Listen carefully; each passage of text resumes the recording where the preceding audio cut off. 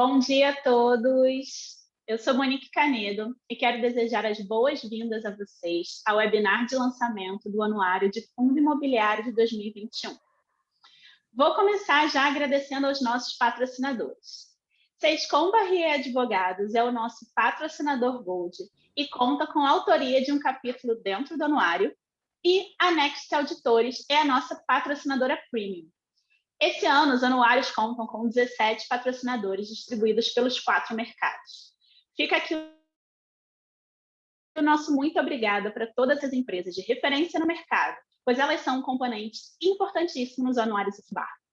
E falando em anuários, na segunda-feira lançamos a 14ª edição dessa publicação, que é referência em todo o mercado e que reforça mais uma vez o protagonismo que a UFBAR tem no mercado de fundo imobiliário, FDIC, CRI e CRA. Hoje, com o webinar de fundo imobiliário, fechamos uma semana de webinars que até o momento já acumulam uma audiência de mais de 1.300 profissionais do mercado financeiro reunidos online pela UFBAR. Acreditamos que uma semana como essa, recheada de conteúdo de qualidade e gratuito, é um reflexo direto da missão da UFBAR: contribuir para um mercado de capitais mais transparente, analítico e conectado. Esse ano temos diversas novidades na publicação. Deixa eu colocar no slide certo e eu já falo para vocês as novidades. Agora sim! Esse ano temos diversas novidades na publicação. Para começar, tivemos a reformulação do anuário, que sai do formato PDF, onde vocês faziam um download, e passa a ser um site totalmente interativo e muito mais dinâmico. De mãos dadas com essa novidade, nós temos ao todo 10 capítulos escritos pelos nossos patrocinadores Gold, que também estarão nos webinars de lançamento e que vêm para trazer ainda mais conteúdo de qualidade para a publicação. Além disso, são 93 rankings e diversos gráficos e infográficos espalhados pelo anuário. Outra novidade dessa edição é essa aqui, os webinars de lançamento, que até o ano passado eram eventos exclusivos aos nossos patrocinadores e convidados, e agora são abertos ao público, para que vocês possam participar da discussão dos resultados da publicação junto com a gente. E antes de apresentar os nossos convidados, um anúncio super importante. O UFBAR Day 2021 está confirmado e vai acontecer em setembro desse ano. Ano passado, tivemos o prazer de receber 2.000 profissionais online para discutir os mais diversos temas sobre securitização.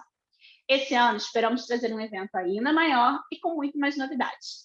Então, acesse o QR Code que está do lado esquerdo da sua tela, deixe o seu e-mail e seja avisado em primeira mão quando abrirem as inscrições. E, caso sua instituição tenha interesse em patrocinar o evento, entre no QR Code da direita, preencha o formulário que vamos entrar em contato assim que tivermos novidades. E agora sim, eu vou apresentar a vocês os nossos convidados de hoje. Para começar, temos Eduardo Reiscovitch, sócio das áreas de mercado de capitais, fundo de investimentos e securitização do Sescom Barrier Advogados e autor do capítulo Regulamentação e Legislação.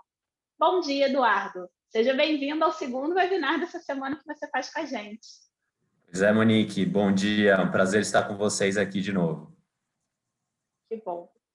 Em seguida, temos Paulo de Sá, gerente executivo de investimentos em renda variável e imobiliários da Vivest. Bom dia, Paulo. Bom dia a todos, é um prazer estar aqui palestrando com essas pessoas maravilhosas que estão convidadas. Obrigada. E Pedro Capelupi, secretário especial adjunto de Desestatização, Desinvestimento e Mercados do Ministério da Economia. Bom dia, Pedro. Bom dia, Monique. Bom dia a todos que estão nos assistindo. É um prazer estar aqui com vocês. Prazer é nosso. Por último, e não menos importante, os nossos moderadores. Para começar, Alfredo Marrucho, coordenador editorial da UFBAR e moderador de perguntas do webinar. Bom dia, Alfredo. Bom dia, Monique. Obrigado a todos pela presença no webinar de hoje. E, como moderador do webinar, Carlos Augusto Lopes, CEO da UFBAR. Bom dia, Cal. Bom dia, Monique. Bom dia a todos. Bom, caso você vocês queiram entrar em contato com todos esses profissionais que eu falei, basta vocês baixarem o aplicativo da Ukibar, o Quem é Quem. O download é 100% gratuito e, além de conectar vocês não só com esses profissionais, conecta vocês com todo o mercado e traz os artigos da Ukibar diretamente no seu celular. Só apontar a tela do seu celular para o QR Code e fazer o download gratuito. Muito importante, esse evento é aberto a perguntas. Para isso, basta vocês utilizarem a ferramenta Q&A aqui do Zoom. Utilizem também a funcionalidade de dar like nas perguntas já realizadas. Dessa forma, conseguimos captar melhor o interesse de vocês. As perguntas no chat não vão ser consideradas. Então, por favor, coloquem as perguntas no Q&A. O Alfredo vai ser responsável por passar essas perguntas aos nossos convidados. Lembrando que, devido ao nosso tempo limitado, não garantimos que todas as perguntas serão feitas, ok? Bom, agora eu vou passar a palavra para o Cal e volto daqui a pouco. Qualquer coisa eu estou no chat para falar com vocês. Tchau, tchau. Obrigado, Monique. De novo, bom dia. Bem-vindo a todos. Estamos aí chegando ao final da semana dedicada aos anuários Ukibar. Durante a semana tivemos discussões extremamente ricas, construtivas e, eu diria, fora do lugar comum, né? Eu tenho certeza que o webinar de hoje vai ser da mesma forma, pelo nível e a qualidade dos nossos convidados. 14 anos atrás, a gente tomou uma decisão de transformar um relatório que tinha pouco mais de 25 páginas e a gente vendia para alguns participantes do mercado brasileiro. Na época, era a única análise, o único research que existia sobre o mercado de securitização e a gente tomou uma decisão de transformar essa publicação em uma publicação gratuita, patrocinada, e assim nasceram os anuários Ukibar. Desde então, essas publicações cruzaram fronteiras e se tornaram referência nacional e internacional. Órgãos reguladores, agências multilaterais como CVM, Banco Central, Banco Mundial, IFC, IOSCO, BIS, revistas nacionais, internacionais, jornais como Valor Econômico, Exame, Financial Times, The Economist, e os mais variados centros acadêmicos no país e no exterior utilizam os nossos anuários como fonte de referência. Mas quando o assunto é fundo imobiliário, a gente não vai mais além dos anuários. A gente foi lá nos longínquos anos de 2009, a gente lançou o primeiro guia do investidor dedicado a fundo de investimento imobiliário, onde pela primeira vez no mercado a gente teve uma classificação de todos os fundos, listados e não listados, por tipo de ativo, por tipo de imóvel e por finalidade. Na realidade, a gente começou a parametrizar o mercado de fundo imobiliário em 2006. Né? Então, a gente tem uma longa história junto com esse mercado. Só o Guia do Investidor, por exemplo, a gente teve 3 edições, quando ainda não existia nenhum tipo de análise ou relatório sobre esse mercado de uma forma estruturada como a gente fez. E tudo isso, tanto os anuários quanto esses guias, eles só foram possíveis graças a um grupo pequeno e seleto de instituições que acreditaram e continuam acreditando no poder transformador da educação, do conhecimento. Então, fica aqui o meu muito obrigado a todas as instituições, algumas delas com a gente há mais de 10 anos, que são patrocinadoras dessas publicações e acreditam que só a disseminação do conhecimento é que vai realmente transformar o nosso país, seja ele na educação básica, primária, seja ele na educação financeira. Então, fica aqui o meu obrigado. E eu queria dizer para vocês, só para terminar essa minha fala introdutória, que o formato novo dos anuários, toda essa nova estrutura que a gente está dando para essa publicação, ela tem como objetivo alcançar um público ainda maior, né? A Monique falou aqui há pouco sobre o alcance dos webinários, quanto a gente já conseguiu trazer para dentro dessa semana, e a gente acredita que esse efeito vai ser ainda maior à medida que esses anuários, na forma como eles estão sendo publicados, sejam divulgados para o mercado. Tá certo? Isso é uma iniciativa da Ucbar que acredita no mundo cada vez mais conectado, no mundo cada vez mais digital, né? E isso é uma iniciativa nossa e tem mais que está vindo por aí. A gente, em breve, vai poder anunciar mais coisas para o mercado, que eu acredito que vai ajudar nesse processo de construção do conhecimento com relação a alguns mercados, alguns segmentos do mercado de capitais brasileiro. Bom, queria começar, antes de passar a palavra para os nossos convidados, trazendo alguns grandes números, tá? Eu vou tentar ser rápido, só para a gente colocar aí como pano de fundo o que foi o ano de 2020 do ponto de vista aí numérico, né? Então, Monique, se você puder me permitir compartilhar a tela. Já pode. Obrigado, Monique. Eu estou usando aqui o próprio anuário, então eu estou conectado com os anuários e eu estou aqui trazendo para vocês. Vocês estão vendo a minha tela? Sim. Obrigado. Então, aqui, já começando falando do mercado primário, aqui já números que chamam a atenção do ponto de vista de títulos novos emitidos no mercado. Estamos falando aí de 12 bilhões de novos títulos emitidos pelos fundos não listados na B3 e quase 36 bilhões de novas emissões dos fundos que são listados, né? Na realidade, estamos falando aqui de um universo de 161 fundos não listados e 140 fundos listados que emitiram cotas durante o ano passado. Quando a gente olha, né, isso do ponto de vista histórico, a gente vê aí o que representa, ou talvez o que representou os últimos 2 anos para o mercado de fundo imobiliário, né? Estamos aí em termos de emissões totais, né? A gente chega aí a 48 bilhões ano passado entre fundos listados e fundos não listados. Quando a gente olha essa composição de listado e não listado, o domínio aí hoje dos fundos listados, que tem aí uma participação de quase 75% do mercado. Outra análise dessas emissões quando a gente olha, coloca o raio-x e tenta ver o que está de fato investido, né?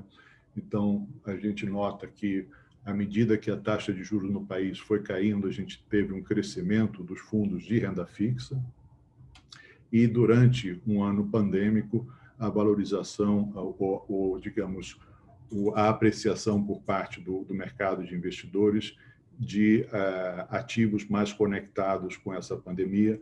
Então, por exemplo, a gente vê aqui claramente esse segmento marrom aqui, que é o segmento de logística, né, tomando uma importante participação dentro aí dessa torta de ativos de emissões. Estamos falando sempre de emissões, tá, gente? Queria trazer um pouco do mercado secundário, que agora falando especificamente dos fundos da B3, né? Primeira coisa que a gente nota, isso não é uma característica desse ano de 2020, cada vez que existiu uma crise, a gente via acontecer um comportamento muito similar, né? A gente vê que os fundos imobiliários, comparativamente ao índice de ações, ele cai menos, e, da mesma forma, na retomada, ele também cresce mais lentamente. Então, ele tem uma correlação, sem dúvida nenhuma, com o índice da Bovespa, porém, ele tem um efeito aí como se fosse um amortizador, tanto na subida quanto na descida.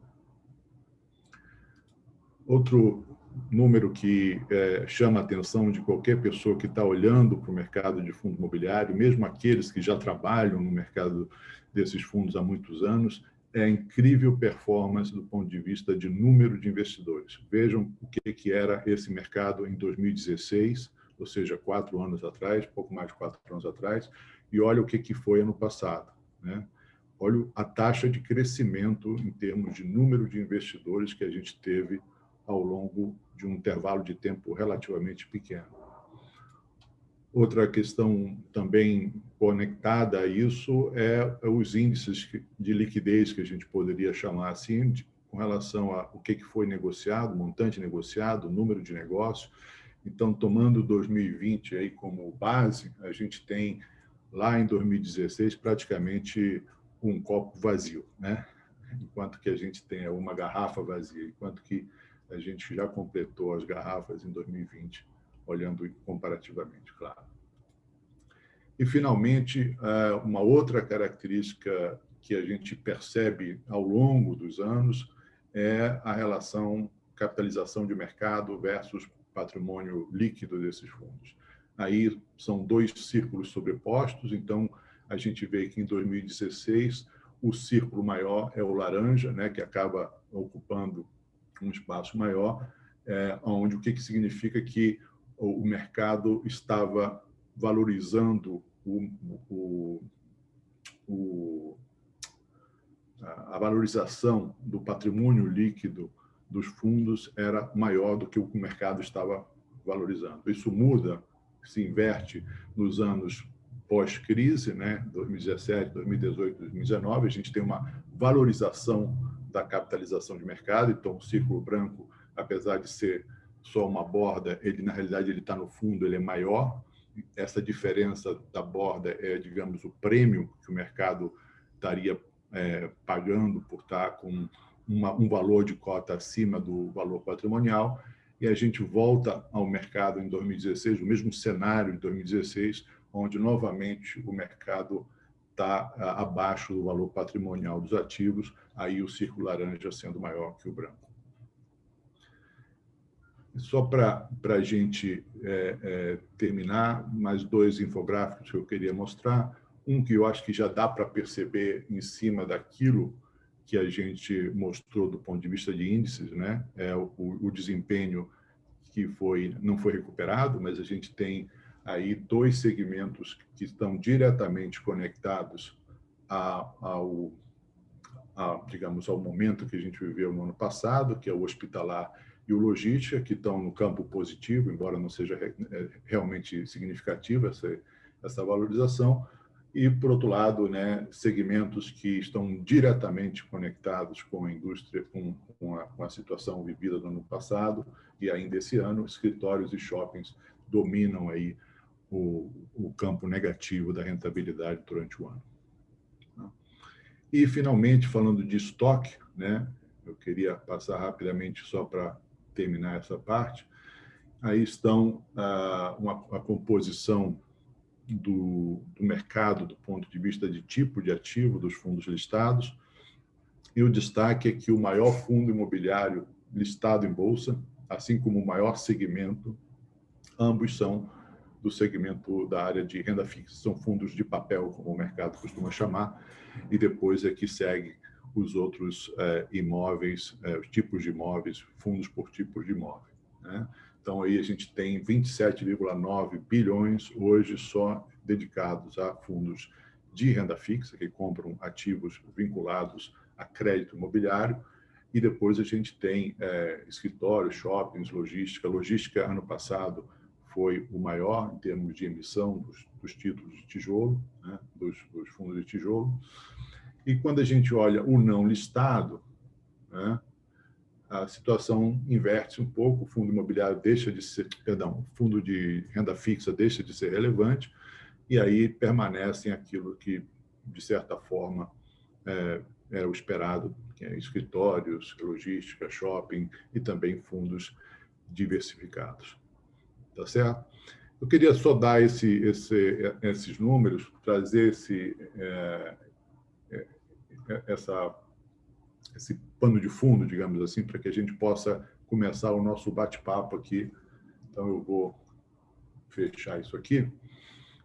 Então, vocês podem acessar diretamente o site, mas Eu queria começar eu vou começar com o Paulo, tá? A relação que a gente tem é de longa data, o Kibara e Vivest, o Kibara e Paulo, e ela está muito conectada com o mercado de fundos de investimento imobiliário. E eu queria que o Paulo, se pudesse, né, para benefício de todos que estão aqui, né, contasse um pouco essa história, porque o mercado, apesar desses grandes números, né, o investidor institucional, né, o fundo de pensão, ainda tem uma participação, eu diria, relativamente modesta.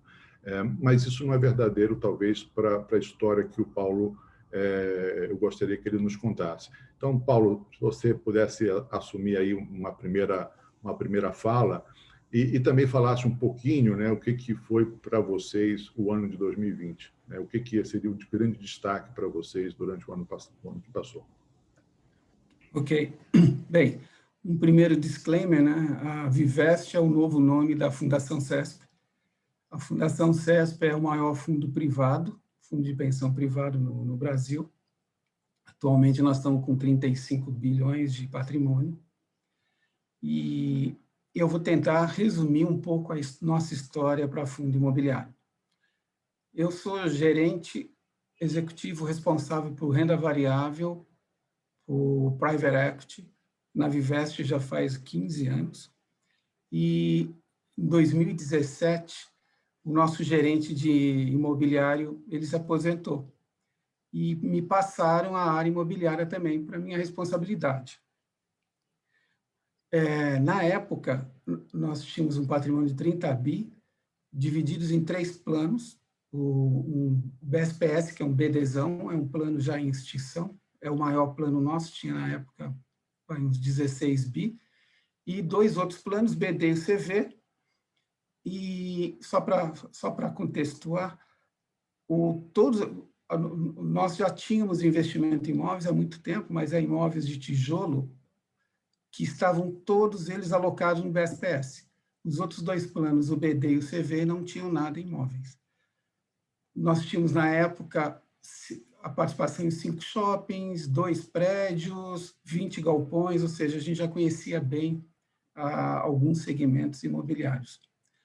Quando eu assumi, comecei a pesquisar e verifiquei que a melhor alternativa para a gente iniciar investimento imobiliário nesses outros 2 planos que não continham nada eram os fundos imobiliários. Por quê? Primeiro, a forte valorização em 2016, era um mercado que estava pujante, com tendência de forte crescimento, principalmente quando a gente vê lá fora, esse mercado é muito forte, os fundos de pensão têm participação muito grande nesse segmento. É um produto que daria liquidez e diversificação, né?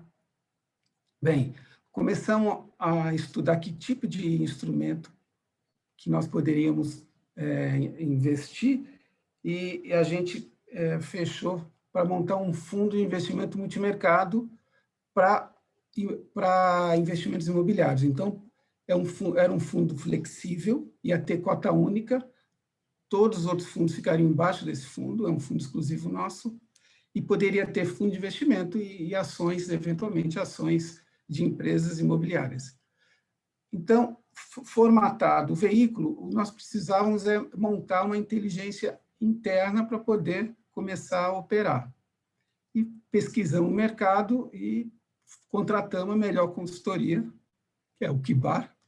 Então, a Kibara ela foi decisiva para nós, ela nos ajudou a conhecer bastante esse mercado, nos ajudou a formatar a nossa política de investimento e iniciar o nosso modelo de avaliações, né?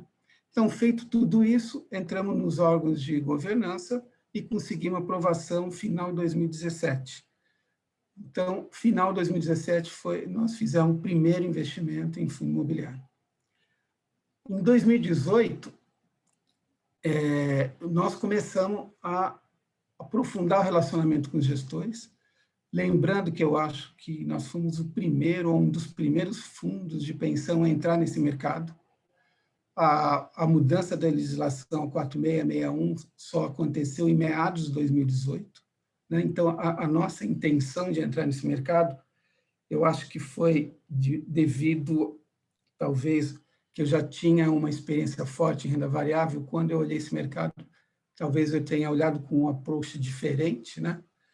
E, então, quando veio a resolução 4661, nós já tínhamos alguns fundos imobiliários já investidos, né? Então, começamos a aprofundar o nosso modelo de valuation, contratamos Big Datas, ou seja, a Sila e etc., são para começar a ter dados para poder avaliar os ativos que estavam dentro dos fundos imobiliários. E, no final do ano, nós tivemos uma rentabilidade excelente. Nós tivemos 23% de rentabilidade contra o IFIX de 6%. E por quê? Porque nós aproveitamos muito esse início do mercado. O fundo imobiliário ele tem uma característica diferente de um fundo de ações. Para ele crescer, ele precisa entrar no mercado secundário e fazer as operações de follow-on, né?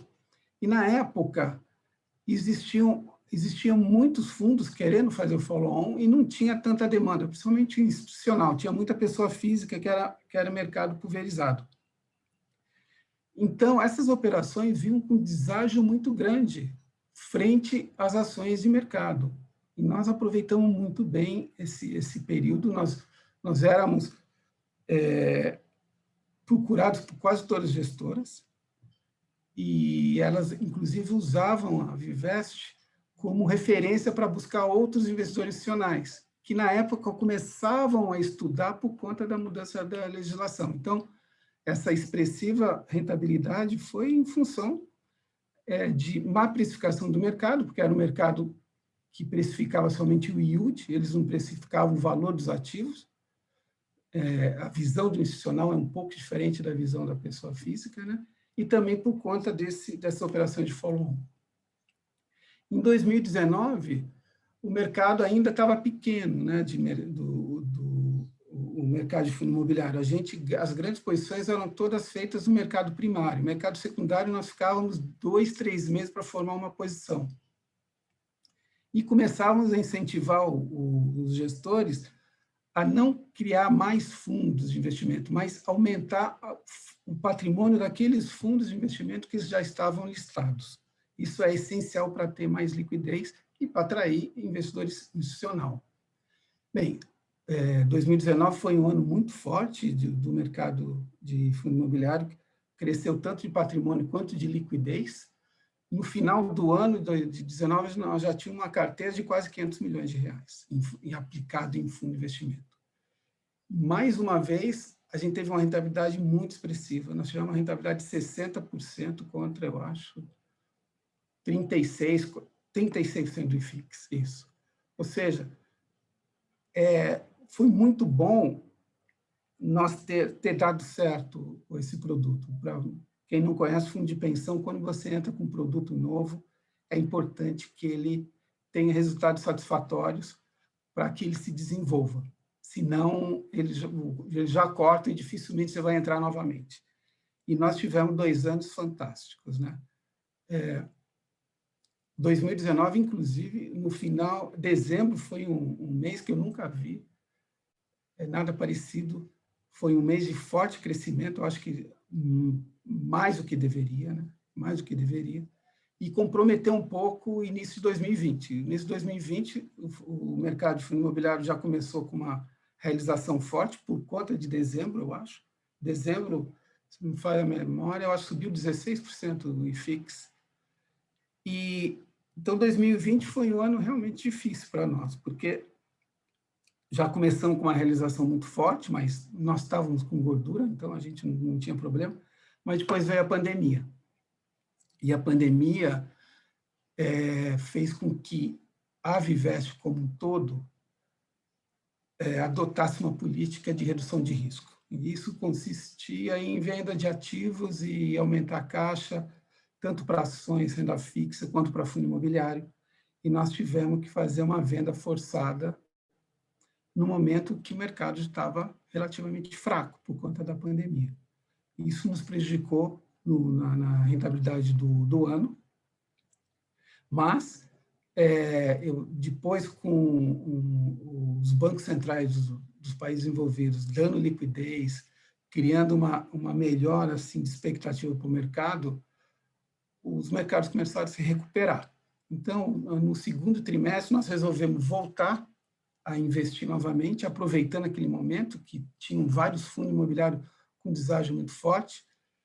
E se nós pegarmos do segundo trimestre até o final do ano, a nossa carteira teve uma rentabilidade bem superior ao IFIX, mas por conta do primeiro trimestre a gente acabou perdendo. E o que nós fizemos a partir do segundo trimestre? Nós mudamos totalmente a nossa política de alocação dentro dos fundos imobiliários. A gente privilegiou fortemente a logística por conta do e-commerce, reduzimos bastante shopping, nós chegamos até 2019, a gente tinha 25% em shopping da carteira, nós fechamos 2020 com 8% só. E na parte de lajes corporativas, a gente reduziu um pouco, mas nós continuamos porque a gente acha que lajes corporativas de boa qualidade, boa localização, ela não deveria perder valor. E a gente ainda acredita nisso. Tá? E ao longo de 2020, só fazendo um paralelo, a nossa carteira de imóveis de tijolo, por decisão do nosso conselho, nós também começamos a vender independentemente da 4661. Por quê? Porque essa carteira é uma carteira comum entre os diversos patrocinadores nossos. Então, só lembrando, a Fundação CESP, lá no começo, todos os patrocinadores eram do setor elétrico, e essas empresas foram privatizadas e os acionistas foram alterados ao longo do tempo. Então, no começo era uma grande família, hoje é uma torre de Babel, né? Nós temos italiano, nós temos colombiano, nós temos todo tipo de acionista dos nossos patrocinadores. Então, essa carteira comum de imóveis começou a criar um certo problema dentro do conselho e eles resolveram vender. Então, paralelamente, a gente foi vendendo os imóveis de tijolo e, com isso, o maior plano, que é o BSPS, começou a ter recursos menores investidos em imóveis e mais caixa por conta das vendas. Então, nessa hora, nós entramos no comitê e conseguimos aprovação dessa carteira também entrar investindo em fundo imobiliário. Então, a gente conseguiu ter mais um aporte de quase 500 milhões, que nós fomos investindo aos poucos, né? Nós terminamos o ano de 2020 com 800 milhões de reais em investimento em fundo imobiliário. Nós temos ainda folga para investir mais, né?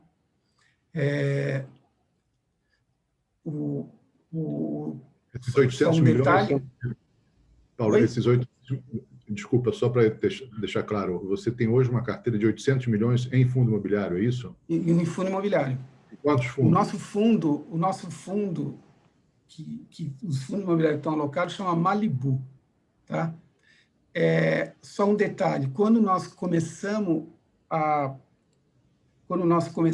aprovar internamente um investimento em fundo imobiliário, nós restringimos também.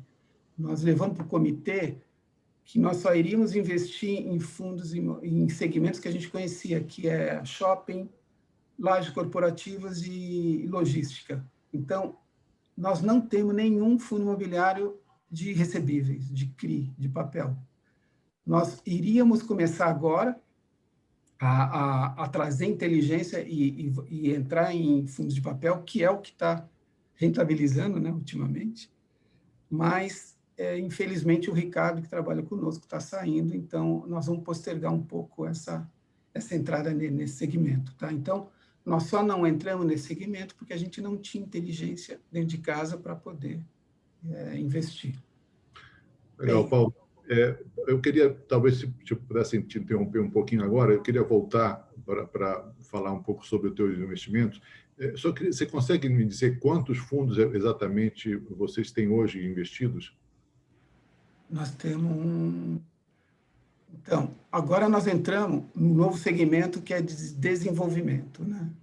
Então, nós temos, acho que, 20 fundos tradicional e 2 fundos de desenvolvimento. Nós estamos com 22, 23 fundos.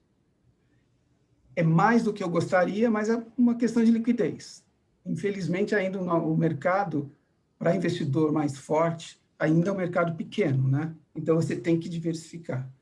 E diferente de fundo de ações, um fundo imobiliário, ele tem vários ativos dentro deles. Então, quando nós temos 22 fundos, nós temos pelo menos uns 200 ativos para analisar, né? Essa é uma complexidade que a gente vê.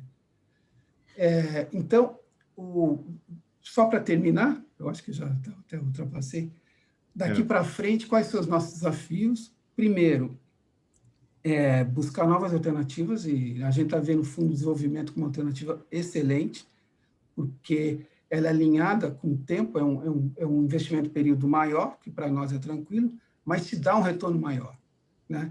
Esses fundos tradicionais, eles já são ativos que te dão renda, mas ele não captura o maior retorno dentro da cadeia imobiliária, que é o retorno do desenvolvimento. Então, esse é um desafio nosso daqui para frente. E o outro desafio é trazer mais inteligência para dentro de casa, né? Porque a gente treinou, o Ricardo está saindo, então agora vou ter que repor. Talvez eu tenha que fazer uma terceirização. E a terceirização para nós é importante porque você tem acesso a gestores e você consegue trocar ideias. Então, provavelmente, o desafio desse ano vai ser, nós vamos terceirizar uma parte da nossa carteira. Até agora, toda ela era feita dentro de casa. E, bem, eu acho que para começar... Obrigado, Paulo. Deixa eu passar a palavra para os demais, e a gente pode voltar a falar, porque eu acho que você tem muita coisa interessante aí que você falou. Para mim, o que marcou agora, talvez, de tudo que você falou, foi o fato de que, para vocês, o mercado de fundo imobiliário ainda é pequeno, né? Depois da gente trazer todos esses números, é interessante a perspectiva do investidor institucional, que, apesar desse crescimento, ainda considera o mercado de fundo imobiliário pequeno. Mas eu queria ouvir agora o Eduardo. Edu, se você pudesse falar assim, na ótica, né, da tua especialização, o que chamou a atenção o ano de 2020? O que você destacaria como relevante, positivamente ou negativamente, do ponto de vista de evolução do marco jurídico regulamentar para fundo imobiliário? Cacau, o que a grande novidade, né, de 2020 foi, sem dúvida, a reformulação da norma de fundos em geral, né, a audiência pública dessa nova norma que a CVM está propondo, né? Embora a CVM não esteja propondo ainda a reformulação da norma dos fundos imobiliários, ela colocou em audiência essa norma-mãe, que vai se aplicar a todos os fundos, e nesse primeiro momento ela colocou também em audiência a reformulação das normas dos FDICs, né? Mas ela já sinalizou que pretende adotar esse mesmo mecanismo, né, de uma reformulação das normas dos FIPs e dos fundos imobiliários em seguida, e que essa norma-mãe dos fundos de investimento em geral vai se aplicar também aos fundos imobiliários, né? Então, isso foi a grande novidade. Essa audiência pública ela termina agora, na semana que vem, e a expectativa é que a CVM adote essa nova norma a partir do segundo semestre. E aí eu queria destacar 2 pontos, eu sei que o nosso tempo aqui é curto, mas 2 pontos dessa norma que está em audiência pública que, na minha opinião, são os mais interessantes e que vão bem em linha com a apresentação do Paulo agora. Achei, aliás, interessantíssima a apresentação do Paulo. E esses 2 pontos, o primeiro deles é a possibilidade de você criar classes com patrimônio segregado dentro de um mesmo fundo de investimento, né? Então, a gente já pode começar a imaginar um fundo imobiliário que tem uma classe específica que vai investir em incorporação e desenvolvimento, outra classe específica que vai investir em papel, né, em CRI, outra em BTS, tudo dentro de um mesmo fundo, né? Então, acho que isso até ajuda a lidar melhor com essa dificuldade que o Paulo colocou de tantos fundos e tantos ativos. Eventualmente, você vai ter um fundo só com classes específicas ali, e uma classe, o patrimônio de uma classe não se misturando com as demais, né? Eu acho que essa vai ser uma novidade muito boa aí que vem pela frente. E o segundo ponto também tem a ver com a apresentação do Paulo, é a questão da responsabilidade limitada nos fundos, né? Especificamente nos fundos imobiliários, a gente já tinha uma previsão na 8668, mas era uma previsão meio nebulosa. Ela dizia assim que o cotista não vai ser responsável pessoalmente pelas obrigações contratuais do fundo, né? E não deixava muito claro isso, e pela própria natureza do fundo, que era uma natureza de condomínio, você tinha dificuldade de entender como é que o condômino não responderia por obrigações do fundo na insuficiência de ativos do fundo, né? A própria instrução 472, que é a que hoje regula ainda os fundos imobiliários, ela também traz essa previsão, mas acho que o mercado nunca absorveu ou entendeu muito isso. Pelo menos no escritório nós somos muito questionados com relação à responsabilidade do cotista por passivos do fundo imobiliário. Essa norma que está em audiência pública, ela deixa muito claro que o regulamento do fundo vai poder estabelecer se o cotista tem ou não responsabilidade ilimitada ou limitada pelos passivos do fundo. E especificamente nos fundos imobiliários, eu entendo que isso é relevante, porque a gente sabe que responsabilidade limitada no Brasil, mesmo para pessoa jurídica, ela tem suas limitações, né? Então, mesmo na pessoa jurídica, a gente tem a desconsideração da pessoa jurídica, ou da proteção da pessoa jurídica, em diversas situações. Por exemplo, em passivos ambientais, a própria lei ambiental, ela prevê essa descaracterização da pessoa jurídica e a responsabilização do cotista ou do acionista, em passivos trabalhistas, em passivos consumeristas, né? Direito do consumidor também tem uma ampla descaracterização da pessoa jurídica para ir atrás da figura do sócio, né? Quando a pessoa jurídica não tem patrimônio. Aqui, no fundo, com essa previsão da nova norma e que vem da Lei de Liberdade Econômica, a gente fica imaginando como é que seria isso no ambiente de fundo, porque, de fato, num fundo de incorporação, como o Paulo mencionou, que ele tem a intenção de ampliar o investimento nesse tipo de ativo, você tem uma exposição grande aí a passivos ambientais potenciais, passivos de direito do consumidor, que é muito forte, né, na incorporação. Então, se o cotista, de fato, pudesse ver livre desses passivos, né, se ele não corresse risco, é um mercado que pode se desenvolver muito. Mas pessoalmente, eu sou descrente disso, porque eu não vejo, apesar dessa previsão da norma e da Lei de Liberdade Econômica, eu não vejo o judiciário tratando de uma forma as pessoas jurídicas e de outra forma os fundos de investimento. Não, o fundo de investimento é blindado e a pessoa jurídica não, posso ir atrás do cotista ou do acionista. Então, essa é uma novidade que a gente ainda vai ver, mas que eu acho que ela vai ser bastante discutida e relevante no ambiente dos fundos imobiliários. E, por fim, se eu puder tocar num terceiro e último ponto da norma, a gente viu que... Pode sim, Edu, mas eu só queria colocar um ponto aqui, em cima do que você acabou de falar, é que, num caso imobiliário, se os fundos, já que o investidor, né, vai ser o dono, né, o proprietário daquele imóvel através de um condomínio, quer dizer, se ele não tomar esse risco, por exemplo, ambiental, quem é que vai tomar, né? Então, é mais uma dificuldade que eu vejo com relação a essa questão de limitar a exposição do cotista, porque, no final das contas, você é o dono daquilo, né? Eu concordo plenamente, Cal, mas a gente tem essa dificuldade de pulverização dos fundos imobiliários. Então, você imagina que um fundo adquiriu um imóvel específico que tinha um passivo ambiental gigantesco. A dificuldade de você ir atrás do patrimônio de centenas de cotistas, né, talvez leve a essa limitação de fato da responsabilidade, né? Você conseguir isolar, e aí quem responderia por isso, né? Você tem um credor ambiental ali, né?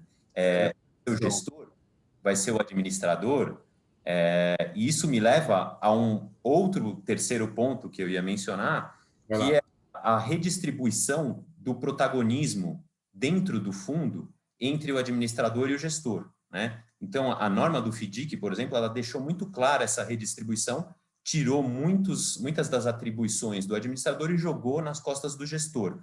Eu acredito muito que quando a nova norma de fundo imobiliário vier, ela vai trazer também essa redistribuição, porque hoje ela é completamente desbalanceada, né? Pela 472, você tem muita responsabilidade nas costas do administrador e pouco ou quase nenhuma responsabilidade nas costas do gestor. Eu imagino que isso vai vir também redistribuído na nova norma da CVM e talvez essa questão ambiental, como outras, né, e outros passivos potenciais, sejam colocados aí nas costas do gestor, e o gestor vai ter que fazer, então, uma diligência redobrada, né, para evitar responsabilização nesses casos, né. Então, esses são os pontos que eu gostaria de destacar aí na norma. Legal, muito interessante. Bom, agora vou querer ouvir o Pedro. Pedro, a gente se conheceu há pouco tempo, né, pouco mais de 3 meses, e desde então a gente vem se falando e achei muito interessante a estratégia que vocês estão seguindo. Então, se você pudesse compartilhar com a gente um pouco, eu sei que talvez muito do que você ouviu aqui é novidade, né? Isso eu acho que vocês estão num processo também educativo aí de tentar entender o mercado de fundo de investimento imobiliário. Mas se você pudesse falar para a gente o que vocês estão pensando, qual é a estratégia do Ministério com relação à desmobilização de ativos. Fala um pouquinho para a gente, por favor, Pedro. Beleza, Cal. Primeiro, eu queria agradecer de novo o convite, parabenizar o Kibar pela trajetória e pela iniciativa do anuário. Eu acho que isso é muito importante, né, para a educação de todos. Acho que é um tipo de transparência muito, muito legal. Muita gente deve estar achando estranho, né, um representante do governo federal aqui para falar de fundo de investimento imobiliário, né? O que a gente tem a ver com isso? Vou falar um pouco dessa estratégia. Você está achando que você vai começar a cobrar algum imposto? Deve ser. Está vendo aqui uma oportunidade de aumentar imposto, vai levar aqui o dinheiro, só pode ser isso. Mas não é isso, não. E, na verdade, eu queria desejar aqui de início que no próximo anuário a gente já veja ali fundos imobiliários com imóveis da União, né? Acho que esse é o nosso grande desafio. Mas eu acho que muita gente ouviu a gente falar sobre a estratégia de desmobilização de ativos. Vou falar muito rápido aqui da nossa estratégia, começando por um diagnóstico, né? Todo mundo conhece, todo mundo vê aí um pouco da situação dos imóveis públicos, né? As histórias de abandono, mau uso, invasão, são inúmeras, né? Então, tem muita área invadida, já consolidada, que virou favela, as pessoas não têm acesso ao serviço público, falta regularização, enfim, a gente tem imóveis caindo aos pedaços, a gente tem edifícios inteiros abandonados que um dia foram ocupados por órgãos públicos, nós temos imóveis de todo tipo, né? Só para vocês terem uma ideia, a gente tem registrado no balanço geral da União 750 mil imóveis que estão avaliados em 1 trilhão e 300 bilhões de reais. E eu garanto que essa avaliação ela não está atualizada no seu todo. Então, só para trazer isso aqui, é um número brutal, né? A gente está falando aqui de alguns bilhões que a gente tem hoje no mercado de fundos imobiliários e frente a esse número do que a União tem de imóveis aqui, isso ainda é muito pequeno. É claro que, né, não estou trazendo esse número aqui para falar que a gente vai vender 750 mil imóveis, que a gente vai arrecadar 1,3 tri, não é isso. Até porque grande parte desses imóveis aqui é composto por reservas, são áreas indígenas, são coisas que vão permanecer públicas, né? Mas uma boa parte disso não. E a gente tem imóveis das mais diversas características, né? A gente tem terrenos, a gente tem apartamentos, a gente tem salas comerciais, a gente tem áreas rurais. Então, assim, a gente tem uma ampla gama de imóveis com características muito diferentes e muito que aparentemente fazem muito sentido de serem colocadas em fundos imobiliários, né? Esse é um instrumento que pode nos auxiliar muito. E o que a gente vê de problema, Cal? Hoje, claro, né, muita gente fala a União vai vender para poder arrecadar. A gente está numa situação fiscal difícil. É verdade? É verdade. É claro que a monetização desses ativos ela pode nos auxiliar muito a superar o problema fiscal que a gente vive. Mas esse não é o nosso maior problema com os imóveis. Hoje a gente sendo dono desses imóveis, a gente atrapalha o desenvolvimento, né? Hoje, todo mundo aqui certamente conhece aí na sua cidade um imóvel que é da União e que está ali parado, ou está invadido, ou não está invadido, mas ele está ali e ninguém está usando. É um imóvel que poderia estar sendo usado para uma atividade econômica, né? Podia estar gerando emprego, podia estar gerando renda e que hoje está esterilizado ali. Hoje o Estado atrapalha esse desenvolvimento. Então, essa é a nossa preocupação fundamental. E é importante lembrar que outros países passaram por isso também, né? É natural que o Estado seja, em algum momento da história, um grande proprietário de ativos, né? A gente viu isso nos Estados Unidos, viu na Suécia, viu em dezenas de lugares, né? A gente pode ver relatos aí com muita facilidade. Só que isso foi identificado lá atrás por esses países que se desenvolveram e eles adotaram estratégias para fazer uma gestão correta desses ativos, de passar para a iniciativa privada para que o país pudesse se desenvolver, né? Acho que a história dos Estados Unidos é muito interessante nesse sentido, né? Eles estavam concentrados numa costa de um lado e levaram o desenvolvimento para o outro lado, muito usando os imóveis que de início eram públicos, né? Então, eu acho que a gente tem uma responsabilidade muito grande aqui de não permitir que esses ativos que são do povo, né? Não existe ativo da União, né? Não existe ativo público, o ativo é de todo mundo, então os imóveis são da sociedade. E a gente tem que dar o melhor uso para esses imóveis. Então, qual que é o nosso grande objetivo aqui, se eu puder resumir em poucas palavras? É profissionalizar a gestão desses ativos para eles poderem gerar o maior benefício para a sociedade. É isso que a gente está buscando aqui. E aí isso não envolve só venda, né? Mas envolve desenvolvimento, envolve a manutenção desses ativos que vão continuar públicos, enfim. Acho que esse é o nosso grande desafio aqui hoje. E a gente enxerga, claro, os fundos imobiliários como um instrumento que também tem essas características, né? Ele serve para isso. Então, o nosso objetivo aqui é trazer a iniciativa privada para nos ajudar a fazer a gestão desses imóveis, usando aí fundos imobiliários. Então, a gente precisa entender melhor como isso funciona. A gente já tem autorização legal para aportar os nossos imóveis em fundos imobiliários. Isso não é uma ideia nova, isso está previsto numa lei que é a 13.240, que foi editada lá em 2015. Era uma previsão simples ainda naquele momento, mas em 2017 essa lei foi aperfeiçoada, então ela já traz ali mais características que o fundo precisa ter, abre a possibilidade, inclusive, da gente colocar áreas para regularização ali dentro. Então, o interessante, podemos falar disso mais para frente aqui, mas a gente tem uma ampla possibilidade aqui. Para a gente vê os fundos como um mecanismo aí para dar liquidez para imóveis que são pouco líquidos, né? Maximizar o valor desses ativos e agregar essa gestão profissional. E, claro, né, todo mundo já vai fazer de cara uma pergunta que mas vocês querem continuar sendo dono dos fundos inteiros? Claro que não.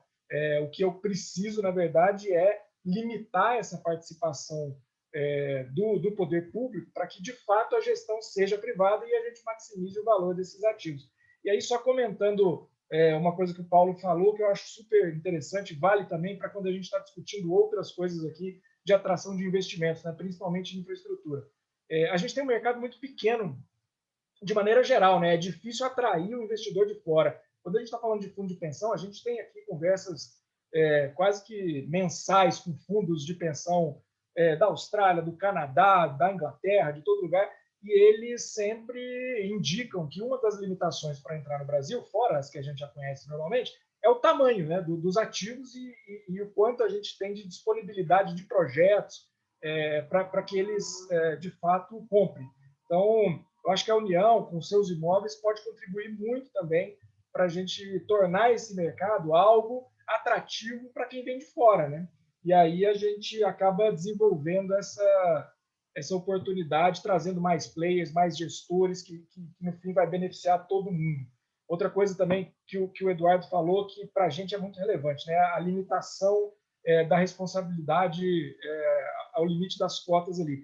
A autorização que a União tem, via de regra, para participar de fundos privados, ela envolve eu não ter um risco adicional ali, né? Eu só posso estar sujeito ao risco do valor das minhas cotas. Então, isso precisa ser tratado de alguma maneira, precisamos ter isso sempre em mente.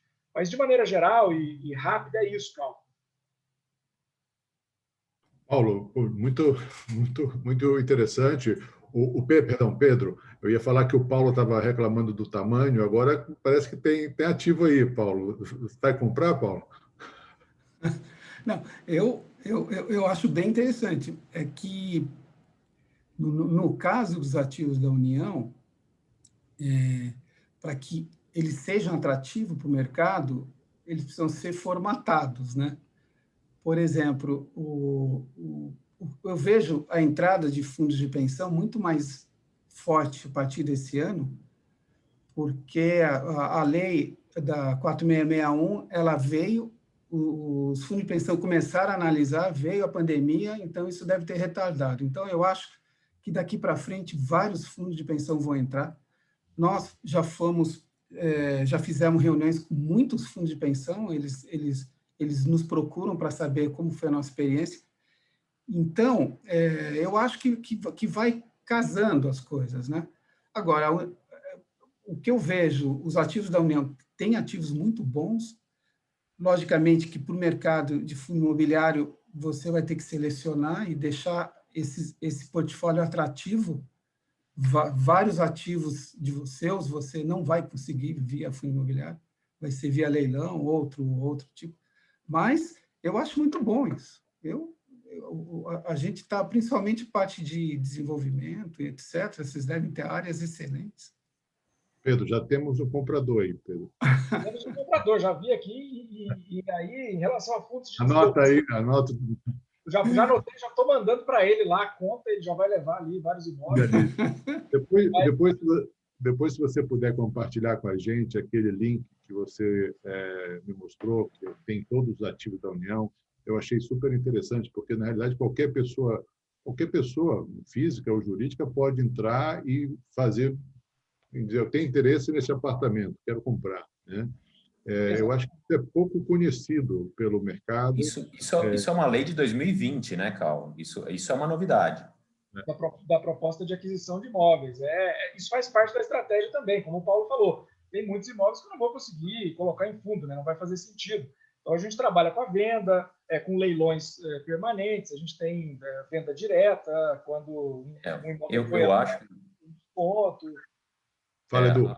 A venda direta, com base nessa lei de 2020, ela pode ser muito boa para imóveis mais simples, né? Para imóveis residenciais, funcionais e coisas do gênero, né? Mas a União, a gente sabe, ela tem imóveis muito complexos, né?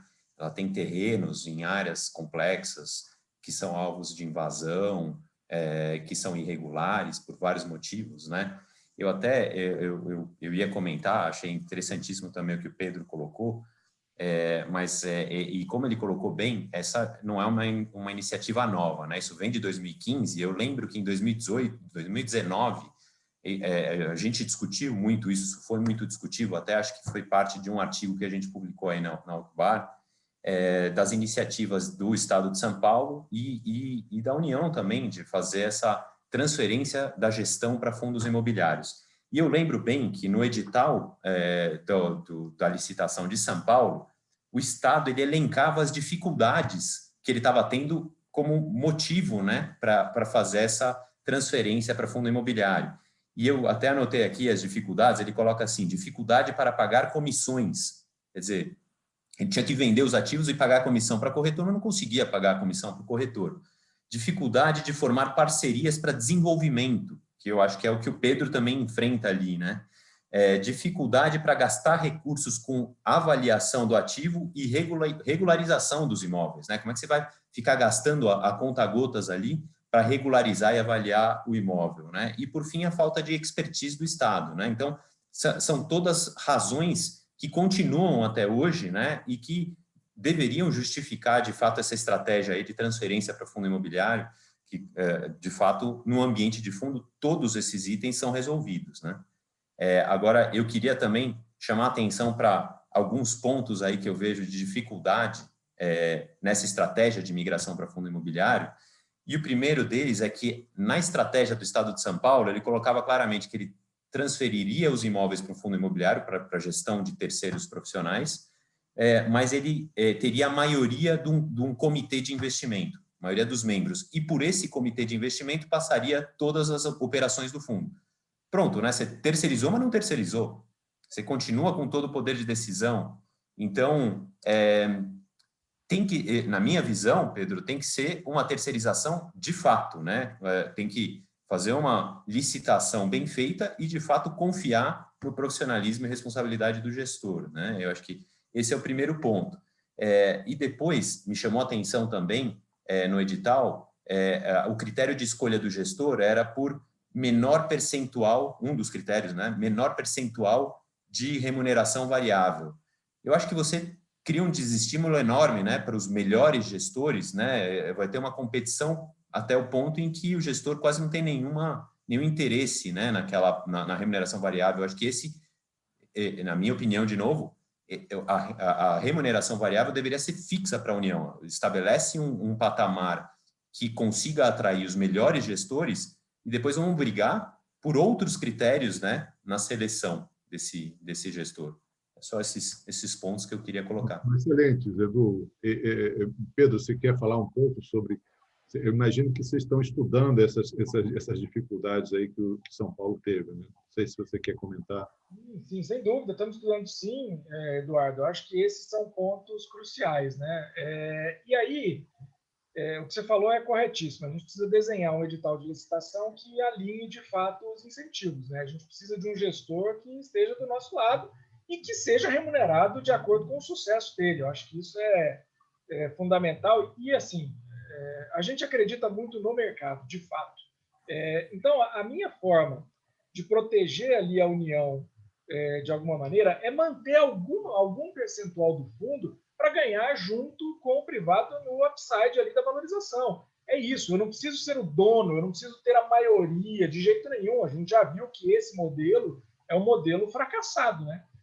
Estão aí as empresas de economia mista, onde a União tem a maioria do capital, que não geram o maior valor para a empresa, né? Pode até haver algum outro tipo de razão que justifique a manutenção dessa estratégia, mas não é certamente a valorização do ativo. Quando a gente delega para a iniciativa privada a gestão, a gente tem um potencial de valorização gigantesco imediato ali. E isso é muito claro para a gente. O nosso grande objetivo aqui é fazer os fundos blindando essa gestão com o privado, até porque o tempo vai passar, várias pessoas vão passar por aqui e o fundo vai ter uma vida muito longa, né? Então a gente tem que estar juridicamente muito blindado para dar essa segurança para o investidor de que a estratégia é aquela, nasceu aquela e vai ser aquela até o final. Então, sem dúvida. E aí, qualquer que seja o instrumento, qualquer que seja o edital que a gente vai fazer aqui, primeiro, a gente vai construir junto com o mercado, né? Obviamente. Então, a ideia é fazer consultas ao mercado. Já temos feito várias conversas, mas a ideia é, na hora que a gente tiver um edital pronto, conversar com o mercado, né? Não dá para fechar aqui dentro do escritório em Brasília uma estratégia que é boa para mim e que o mercado não compra. Então, a ideia é debater isso, e qualquer que seja esse edital, ele vai ser um edital inovador, né? Não temos nada parecido feito aqui. Agora, existe uma disposição muito grande de todo mundo que está aqui, de todas as áreas, de deixar esse legado, né? Começar a fazer isso, e claro, de novo, a complexidade dos imóveis é gigantesca, a regularização. Agora, a gente tem imóveis com todas as características. Então, a gente tem imóveis que já estão mais redondos, com documentação, tudo bem tranquilo para a gente colocar. Então, a gente tem que começar com o simples e ir aprimorando ao longo do tempo. Acho que o segredo, o grande segredo é esse, fazer o primeiro. O primeiro dando certo, a gente vai adaptando e isso pode ser uma grande mudança aqui em relação à forma de administrar imóveis da União. A gente sabe disso. Só deixa eu colocar um ponto de mercado. O mercado de fundo imobiliário ainda ele está muito restrito, né? Por exemplo, para você formatar um fundo e ele ter sucesso, ele tem que ser bem segmentado. Ou logística, ou shopping. Os fundos híbridos, existem alguns, a gente gosta, mas eles eles dificultam a avaliação, principalmente de pessoa física. Então, é mais difícil para você colocar.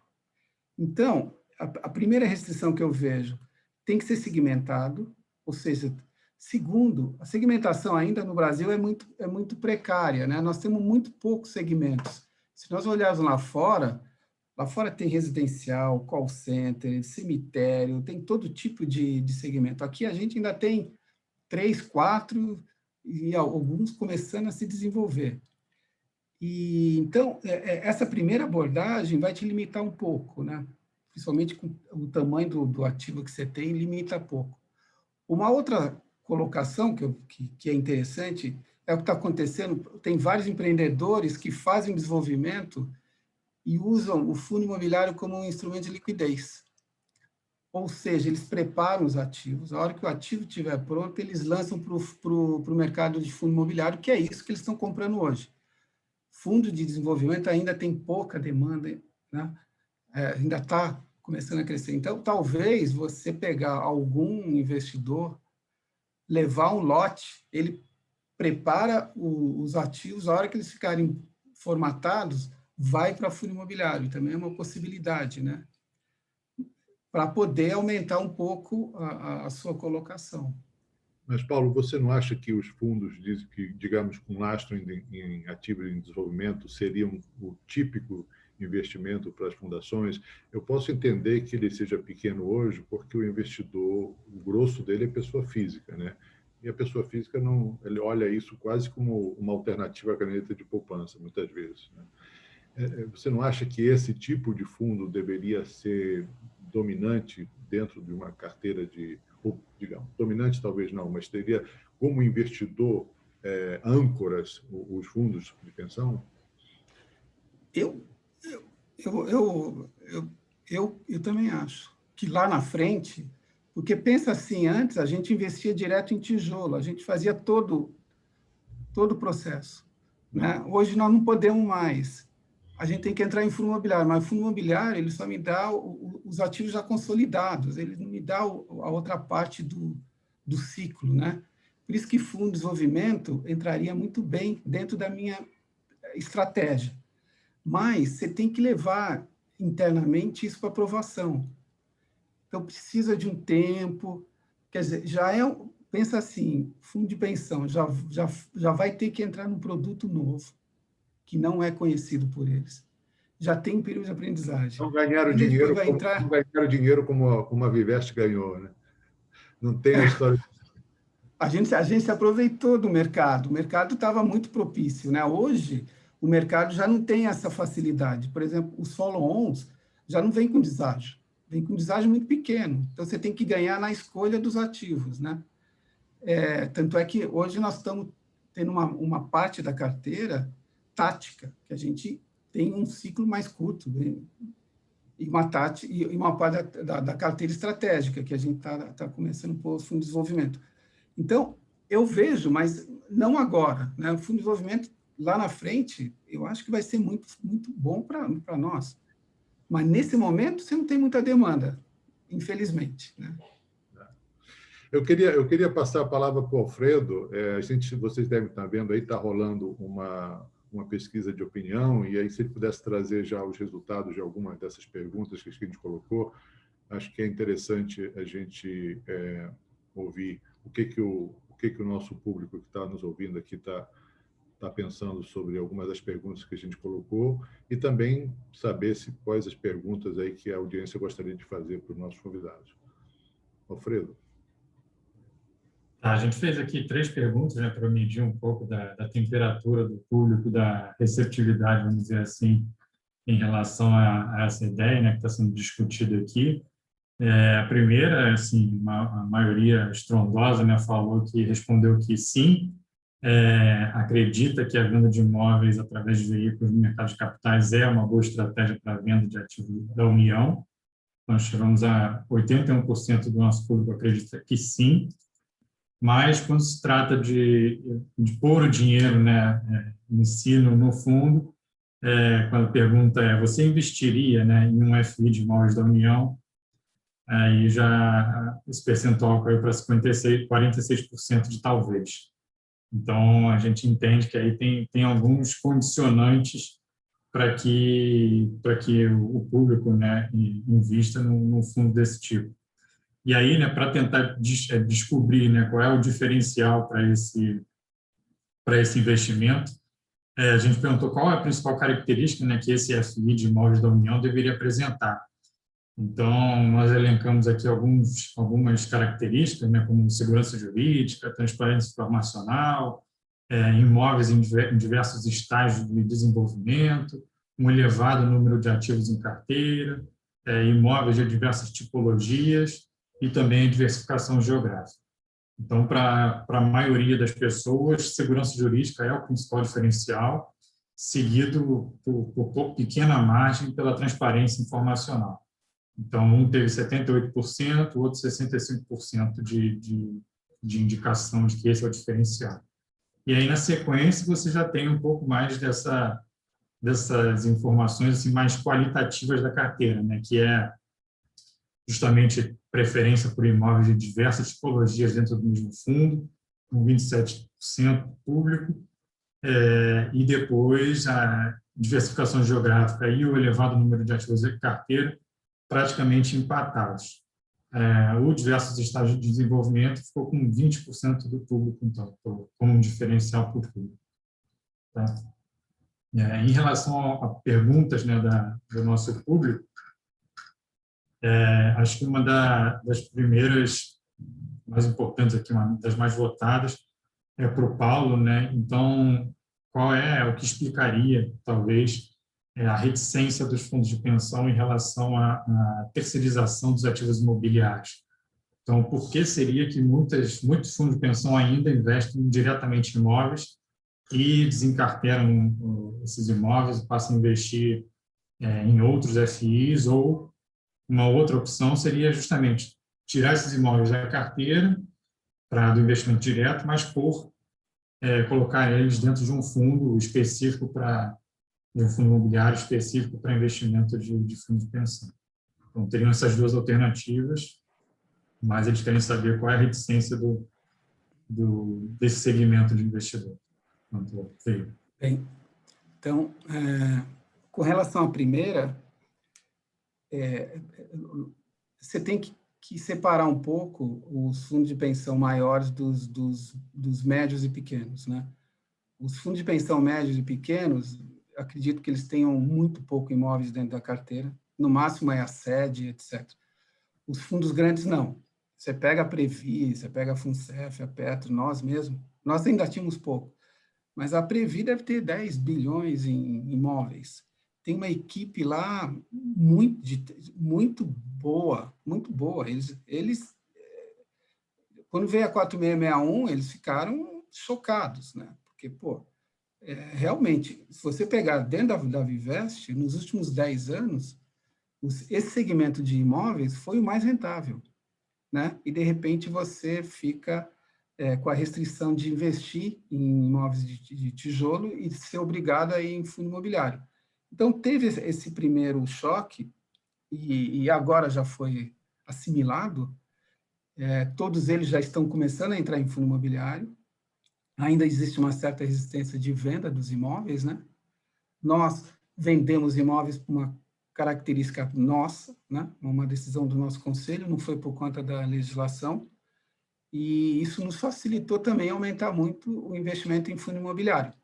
Mas o que eu percebo é que, a partir desse ano, diversos fundos de pensão vão entrar muito forte em fundo imobiliário. A gente já vê várias operações de fundos grandes já entrando nas operações, né?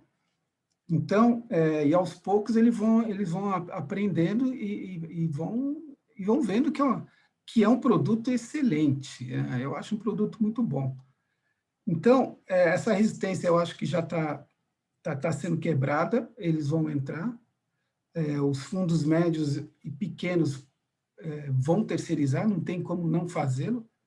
E alguns fundos grandes que já têm equipe, provavelmente podem querer fazer gestão própria. Nós começamos com gestão própria, agora nós já estamos tendo um tamanho que está ultrapassando a nossa capacidade de gestão, então a gente está vendo possibilidade de terceirização, sim, né? Nós vamos começar um processo. Como eu comentei, tem uma diferenciação grande do fundo imobiliário, cada fundo imobiliário tem diversos ativos lá dentro, então é bem mais complexo. A gente vai precisar de gestores externos. Eu acredito que os grandes fundos de pensão também vão, em algum momento, também terceirizar uma parte. Então, é um processo que está iniciando, começou muito devagar, mas eu acho que a partir desse ano ele toma impulso, tá? Então, eu vejo dessa maneira. Vender ativos para entrar em fundo imobiliário já é outra questão, são duas decisões diferentes. A venda dos ativos depende de cada fundo de pensão adotar a sua política, e a entrada em fundo imobiliário também é outra decisão. Eu não faria concomitantemente, não. Eu não sei se respondi. Tem alguma outra questão que você colocou? Ou seja, Paulo, você separa essa questão entre os ativos, digamos, a herança que está ali hoje na carteira, do investimento em fundo imobiliário. Você não vê uma transição onde esses fundos fazem parte de carteira de fundo imobiliário? Eu não vejo, eu acho que são duas decisões diferentes. Logicamente que ainda nós temos 10 anos, 9 anos para vender os ativos, né? Mas ainda está... É uma decisão complexa, né? Para alguns fundos de pensão, por exemplo, você tem ativos muito bons e você vai se desfazer desses ativos, né? Você tem, por exemplo, fundo de pensão com investimento em shoppings da Multiplan, que se você vender, você nunca mais vai conseguir novamente, né? Então, é uma decisão difícil isso. É claro. Alfredo, quer passar mais uma? Sim. Bom, aqui pergunta mais em relação ao contexto, né, da pandemia e assim, como é que vocês veem o prognóstico, vamos dizer assim, os imóveis de lojas e de shoppings, né? Eu entendo que, no momento, são dois investimentos assim, não estão nos seus melhores dias, mas para o futuro vocês veem algum impacto assim mais importante, no longo prazo? Alguma mudança de perfil, enfim, de consumo, que de alguma forma torne esses ativos menos atrativos? Ou seja, é para comprar agora, Paulo, ou é para vender? Bem, então, eu vou pôr dois chapéus, né? O primeiro chapéu de renda variável e depois o segundo de fundo imobiliário. O que a gente está vendo é que o movimento que deve acontecer lá fora, por conta da vacinação nos Estados Unidos e na Europa, vai acontecer também no Brasil, principalmente na parte de mercado de capitais de renda variável, só que com uma defasagem grande. Por exemplo, nos Estados Unidos, a partir de maio, eles já vacinam quase toda a população, em junho já começa a festa. E aqueles ativos que foram depreciados durante a pandemia, eles vão se sobrepor. E um deles é shopping. Então, esse movimento vai vir para o Brasil, mas com uma defasagem longa. Nós vamos ter esse momento de reopen, né, lá na frente, mas pode já vir. Então, existe o que a gente chama um momentum positivo, mas o fundamento ainda não tão positivo, mas pode acontecer uma valorização desses ativos que foram muito depreciados na pandemia por conta desse movimento que vai vir lá de fora. Agora, nós hoje ainda temos 3 fundos de shopping. Os shoppings bem localizados, bem geridos, eu não vejo que eles vão perder valor no médio e longo prazo. Não vejo isso. Os shoppings no Brasil, eles já estavam muito bem sintonizados com essa nova onda. O shopping no Brasil não é só comércio, ele é muito entretenimento. É diferente dos shoppings lá fora, que tiveram que fechar. Então, eu acho que você, estando posicionado em ativos bem geridos, boa localização, de shopping, você não vai perder dinheiro. E se você tiver uma perspectiva de médio e longo prazo, você vai ganhar dinheiro. você vai ganhar dinheiro. Pode até ter uma antecipação desse movimento agora por conta do que vai acontecer lá nos Estados Unidos. A gente vê isso na Bolsa. As ações de shopping já começaram a valorizar. Eu acho que isso reverte um pouco também para fundo imobiliário. Aqueles fundos imobiliários que detêm os melhores portfólios de shopping podem ser favorecidos também. Legal, Paulo. Alfredo, mais alguma que você quer colocar? Uma aqui que eu acho que o Pedro pode responder, né, que no caso de um FI de imóveis da União, na qual a propriedade dos bens não será transferida ao público, a legislação limita a alienação dos imóveis públicos. Isso seria um problema, e se a exigência da realização de concorrência seria um obstáculo para a rentabilidade do fundo. Então, aqui, na verdade, eu vou tentar corrigir um pouco a pergunta, porque, na verdade, no FI, a propriedade vai ser, sim, transferida para o FI, né? Eu imagino, a condição necessária para o FI ficar de pé, mas se você prevê, então, algum problema, algum questionamento que possa, aí, de alguma forma, abortar esse processo depois que o fundo já está estruturado, vamos dizer assim. Fredo, não vejo problema nesse sentido. Como você falou, a transferência da propriedade vai ser feita para o fundo, e em relação à exigência de concorrência, ela não se aplicaria nesse caso, porque existe uma autorização legal específica para que a União integralize esses imóveis em fundos de investimento imobiliário. Então, é uma das alternativas que nós temos para alienar imóveis, né? E aí as outras são, de fato, a venda por leilão, ou até mesmo a venda direta. Então, nesse caso, acho que até para a segurança jurídica que a maioria do pessoal citou aí como o principal fator aí que os levaria a investir, a transferência ela tem que ser feita ali para o fundo, sim. Num caso contrário, a gente teria vários problemas possíveis. Agora, Cal, aproveitando aqui, fiquei muito positivamente surpreso com a resposta do pessoal aí sobre considerar a possibilidade de investir em fundos imobiliários com imóveis da União. Achei um número extremamente alto, confesso que não esperava, ainda mais de muitos investidores aí, pessoa física, inclusive. E aí, só para deixar aqui também o pessoal com mais gostinho aí de repente estudar esse assunto, a gente fala sempre a União, o pessoal imagina terrenos muito grandes e tal. A gente tem quase 9.700 apartamentos, que valem aí mais de 11 bi. A gente tem 2.000 residências, também 10 bi de valor de avaliação, mais de 1.000 salas comerciais. Então, assim, realmente uma ampla gama de possibilidades, né, de estruturar fundos. Claro, a gente tem que fazer uma análise prévia de documentação, de identificação de qual é o melhor modelo de alienação. Muitas vezes não vai ser fundo, mas acho que tem muito para trabalhar aqui, né? É muito interessante aí esses números, Pedro. Sem dúvida nenhuma, o resultado da enquete é encorajador, né? E essa questão do residencial é algo que a gente sempre vê como uma dificuldade quando a gente fala de fundo imobiliário, né?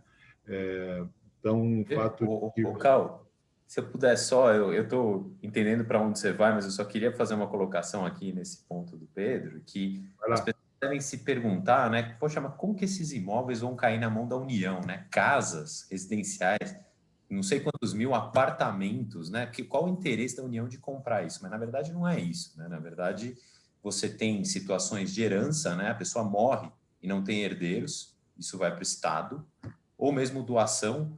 Então, eu imagino que seja algo contínuo, né? De tempos em tempos, a União vai recebendo esses imóveis. E de tempos em tempos ela tem que desovar esses imóveis. Então, é algo que pode, de fato, virar um ciclo, né, aí de oxigenação do mercado imobiliário. Né? Desculpa, mas era só essa colocação que eu queria colocar. Perfeito, Edu. Eu acho assim, quando a gente olha o anuário e a gente vê lá a composição dos fundos imobiliários por tipo de imóveis, né, falta o residencial, né? E quase sempre o argumento dá muito trabalho, tem que ficar cherry picking, escolher aquele ali, aquele. Bom, agora o Pedro já tem lote aí, está trabalhando com venda de lote, entendeu? E o Paulo não vai reclamar mais que é pequeno, né? Porque agora ele só tem 10 mil imóveis aí para vender. Então, residenciais, né? Estou falando especificamente do segmento residencial. Né? Então, mas nesse ponto, até queria cutucar o Eduardo um pouco, porque lá fora eu acho que é o maior segmento, não é, de fundo imobiliário é o residencial, e aqui dentro a gente ainda tem muita dificuldade. Tem alguma questão que possa melhorar na parte regulatória? Porque o que se fala muito é a parte da lei do inquilinato, demora muito tempo. Eu sei que um fundo imobiliário de Atlanta veio nos visitar e falou assim, residencial, se o inquilino não paga, em 15 dias eu consigo uma carta que ele tem que sair. O juiz me dá. Se ele não sair em 15 dias, em 30 dias a polícia vai lá e tira o inquilino da casa, né? E aqui a gente demora um ano para tirar talvez esse seja o entrave, né? Não sei, só queria... Então, é um ótimo ponto, Paulo. Eu não vejo a parte da legislação como um entrave para um investimento no imobiliário, não. O que eu vejo nos exemplos bem-sucedidos lá no exterior, como nos Estados Unidos, por exemplo, você tem os REITs que já entram no desenvolvimento de grandes complexos residenciais, né, de 3, 4, 5, 10 prédios residenciais, e depois alugam isso para pessoa física mesmo, né, e tem toda uma estrutura de gestão dessa locação, né, mas eles já são de largada, o próprio REIT, dono de milhares de apartamentos naquele complexo, que é um pouco diferente do que a gente vê aqui no histórico no Brasil, né, que é herança portuguesa, patrimonialista, né, então você tem cada pessoa dona do seu apartamento, e aí você vê, eu pelo menos não vejo aí grandes complexos residenciais com um único proprietário, né? Você tem uma pulverização gigantesca aí em cada prédio, cada unidade você tem um proprietário. Então tem essa dificuldade de originação do ativo para o fundo imobiliário, né? Você tem que negociar a compra com cada um deles, né? Eu acho que aos poucos a gente vai vencer essa dificuldade, porque a gente já vê, pelo menos no escritório eu vejo sim, clientes interessados em participar do desenvolvimento residencial para fins de locação, né? São as grandes properties, né? E aí eu acho que a tendência é que a gente veja cada vez mais fundos já proprietários de um edifício único, né, completo, e aí com a renda de locação. Eu não acho que o problema está na lei nem no judiciário, não. Edu, mas deixa eu te provocar então, porque o que o Paulo está colocando imagina esse digamos, empreendimento com várias casas, o fundo vai viver da renda do aluguel dessas casas, tá certo? Se o cidadão não pagar, a gente vai ter o problema, é o mesmo problema, tirar o cara de lá porque ele não está pagando aluguel, ele é da mesma natureza, né? Ou seja, era o mesmo problema que a gente tinha, tem, né? Quando a gente falava de crédito imobiliário ou hipoteca, de o cara não pagar a hipoteca e você não conseguir recuperar o imóvel como garantia real. Eu acho que aqui o problema, pelo que eu entendi do que o Paulo trouxe, é muito parecido, né? Porque o cidadão não paga e você não consegue arrancar o cara de dentro de lá e fica naquela questão entre social e jurídico que não se resolve, né? Eu entendi do que o Paulo falou desse investidor institucional, que seria alguma coisa por aí, né? Você resolve o problema do lote, mas você não resolve, digamos, as nossas características aí nacionais. Aí. Não, de fato, o prazo para você tirar um inquilino hoje é longo, né? A gente está falando aí de um horizonte de 6 meses a 1 ano para aquele inquilino que não paga, né? Mas tudo isso é uma questão, na minha visão, uma questão de gestão, né? Primeiro você vai fazer a gestão na admissão daquele inquilino, depois uma gestão das garantias que ele fornece, né? E hoje você tem diversas garantias viáveis aí, né? E terceiro, a gestão da desocupação do imóvel caso ele deixe de pagar, né? E sempre lidando com esse prazo de 6 a 12 meses. O que eu disse é que eu não acho que esse é o principal óbice aí a você ter fundos imobiliários de residencial. Perfeito, perfeito. Eu tenho uma pergunta para o Pedro que está conectado com o que o Paulo falou logo na sua fala inicial, mas eu queria dar prioridade aí para as perguntas. Alfredo, se você... Tem uma pergunta aqui que eu acho que é importante até ser feita para reforçar o ponto de que essa audiência pública que está em vigor aí, no processo, né, de recebimento de manifestação por parte da CVM, né, que trata dos fundos de investimento, ela também se aplica aos fundos imobiliários, né? Então, tem sido muito discutido o FDIC e outros, e fundos multimercado, por exemplo, mas acho que o mercado de FI não tem se dado conta de que também se aplica a eles. E aí, como o Eduardo mencionou mais cedo, né, que talvez aí uma das mudanças desejadas fosse um pouco mais de atribuição de responsabilidades ao gestor, tem uma pergunta aqui que lembra, né, que, na verdade, na lei aqui é dito, né, que a gestão do FI é exclusiva do administrador. Então, talvez tenha algum obstáculos aí antes de conseguir. Eu notei que o nosso Bruno Gomes aí fez esse comentário muito bem feito, bem lembrado, né? Então, de fato, a gente tem um desafio legislativo aí a ser superado, né? Para você conseguir transferir a gestão efetiva do fundo imobiliário para a figura do gestor, né? Porque a própria lei 8668, ela coloca isso no administrador, né? O Bruno lembrou bem.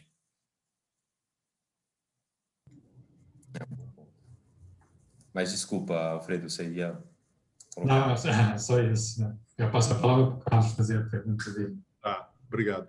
Eu queria fazer uma pergunta, que, na realidade, tem conexão com o que o Paulo falou sobre investimentos de fundo imobiliário de papel, e com relação ao que a gente tem observado já há algum tempo, mas ano passado isso aconteceu de uma forma interessante, quando o gestor, né, ele começa a se conectar. O mercado de fundo imobiliário se conecta muito, está começando a se conectar cada vez mais com o mercado de securitização.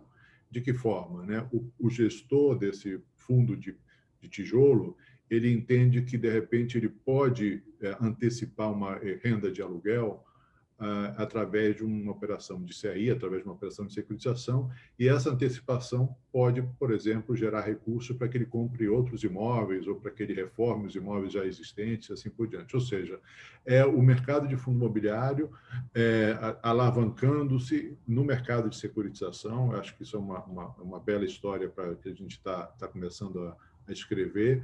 E aí eu queria perguntar para o Pedro se isso poderia também ser uma alternativa digamos, se está nos planos, se já foi descartado ou se não foi pensado, se eventualmente existe essa possibilidade de que a renda, se é que ela existe, né, possa também se transformar num ativo securitizável desses imóveis aí. Cal, salvo o melhor juízo, uma vez integralizado o imóvel lá no fundo, eu sou um cotista, a gestão do fundo vai fazer o que é melhor para rentabilizar o fundo. Então, não vejo limitação do que acontece após a conversão do meu imóvel em cotas para mim. E eu acho que isso faz todo sentido, né? Não, a minha pergunta, talvez eu não fui clara, é se antes mesmo da venda, se de repente vocês não estão pensando em gerar receita a partir de eventuais aluguéis que existam nesses imóveis. Também é uma possibilidade, mas aí já sempre tem uma estruturação mais complexa, né? Fazer isso via mercado de capitais é muito mais simples do que estruturar esse tipo de operação direto feito pela União. Porque daí a gente vai ter que discutir lei de responsabilidade fiscal, antecipação ou não de receita, e aí vira uma discussão que ela não é simplesmente econômica, não é uma discussão de gestão, é uma discussão que está associada e ela traz uma complexidade de outros temas que impactam em outros temas que talvez seja mais difícil. Mas estamos estudando sim, a nossa ideia é estudar todas as oportunidades, né? Aqui a gente não tem uma bala de prata para resolver os problemas de gestão de imóveis. Então, a gente não pode deixar nenhuma solução de lado. Perfeito. Legal. Alfredo, temos mais alguma coisa aí que você quer trazer? Não. Bom, gente, então a gente também está chegando aí no nosso limite de tempo. Queria passar a palavra aí para as considerações finais de cada um de vocês, mas desde já agradeço, acho que a gente teve um bate-papo muito, muito legal, muito interessante, e queria ouvir vocês aí as palavras finais aí. Paulo, nessa área. Bem, foi um prazer participar. A conversa foi muito interessante, muito boa. Mais uma vez, parabéns para o Ukibar. Eu só gostaria de expressar que a minha confiança no mercado de fundo imobiliário, e eu acho que é um mercado que ainda vai crescer muito. Os institucionais entrando vai dar uma outra roupagem, vai permitir criar novas alternativas, novos produtos, e dar entrada a grandes detentores de ativos, que nem o governo federal e outros, né? Então, eu vejo com muito bons olhos. Nós estamos passando por um período difícil, mas isso daqui a pouco, felizmente, deve terminar. E quem tem uma visão mais de médio prazo pode se beneficiar desse processo, né? Então, eu acho que seriam essas minhas últimas palavras e agradeço aí o convite. Nós é que agradecemos, Paulo. Muito obrigado. Edu? Eu quero parabenizar aí vocês de novo, Cal, pelo evento, sempre muito bem feito, e também os outros participantes todos, realmente discussões muito boas. Acho que a gente tem muitas razões para otimismo, né, nesse mercado, né? Tanto os institucionais, como o Paulo colocou aí, a perspectiva deles entrarem com força, a perspectiva da União entrar, né, com esses imóveis, fomentando esse mercado, e a perspectiva de aprimoramento regulatório, né, dos fundos. Então, acho que a gente tem uma combinação potente aí, né, para ter um mercado muito, muito pujante daqui para frente, apesar de todas essas dificuldades atuais. Então, saio desse evento aqui bastante otimista. Né? Parabéns a todos aí. Bom, Edu. Pedro? Opa, ano que vem eu quero você aqui falando que você vendeu alguns bilhões aí. Né? Eu também. E, Cal, queria agradecer de novo, parabenizar mais uma vez. Foi muito bom o debate aqui.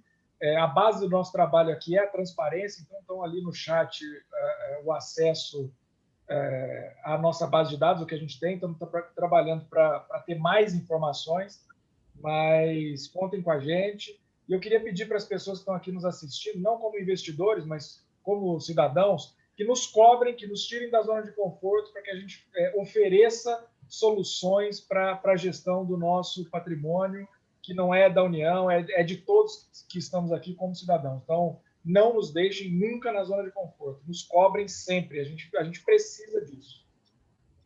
Legal, Pedro. Legal. Muito obrigado. Alfredo?